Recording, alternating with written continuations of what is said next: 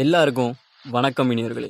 இன்றைக்கி நான் எதை பற்றி பேச போகிறேன்னா, நம்மள நிறைய பேர் நினைப்பாங்க, நான் புதுசாக இதை ஸ்டார்ட் பண்ண போகிறேன். இப்போ உதாரணத்துக்கு நான் ஜிம்முக்கு போகிறேன், ஜிம்முக்கு போய் உடம்பு ஏற்ற போகிறேன், இல்லைன்னா ஒரு ஃபிட்னஸ் இன்ஃப்ளூன்சர் ஆக போகிறேன், அப்படி ஆக போகிறேன், இப்படி ஆக போகிறேன் நிறைய யோசிப்பாங்க.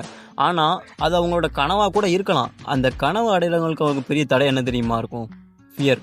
மற்றவன் நம்மளை பற்றி இப்படி நினைப்பானோ, 4 பேர் நம்மளை பற்றி இப்படி பேசுவாங்களே, 4 பேட் கமெண்ட்ஸ் வருமே, அவன் அப்படி நினைப்பானே, இவன் இப்படி நினைப்பானே அப்படிங்கிறதுக்காகவே அந்த விஷயத்தை பண்ணாமே விட்டுருவாங்க.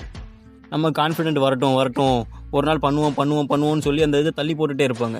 நான் கூட ஒரு காலத்தில் அப்படி தான் இருந்தேன். நிறையா பிளான் பண்ணுவேன், அப்படி பண்ணணும்னு நினப்பேன், இப்படி பண்ணணும்னு நினப்பேன். ஆனால் அது பண்ணாமே முடிஞ்ச போன காரணம் என்ன தெரியுமா? என்னால் பண்ண முடியாமல் போன காரணம் என்ன தெரியுமா? ஃபியர் தான். எனக்குள்ளே இருந்த கான்ஃபிடென்ஸ் இல்லாமல் இருந்த காரணம் தான். அதுக்கப்புறம் தான் நான் இந்த 90 டேஸ் சேலஞ்சு ஆரம்பித்த காரணமே என்னோடய பழைய கான்ஃபிடென்ஸை மீட்டு கொண்டு வரணுங்க தான். இப்போ ஒரு இடத்துல உட்காந்து பேசுகிறோன்னா தெளிவாக ஒவ்வொரு வார்த்தையும் நிறுத்தி பொறுமையாக பேசணும் அப்படிங்கிறது தான் நான் எப்போவுமே நினப்பேன்.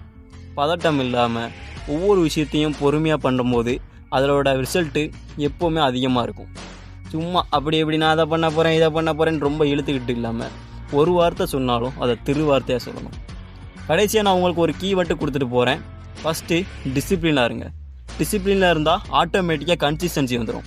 கன்சிஸ்டன்சி வந்துருச்சுன்னா ஆட்டோமேட்டிக்காக கிளியர் மைண்ட் செட் வந்துடும். கிளியர் மைண்ட் செட் வந்துருச்சுன்னா கான்ஃபிடென்ஸ் லெவல் எங்கேயோ போயிடும். அவ்வளோதான். மீண்டும் அடுத்த பதிவில் சந்திப்போம்.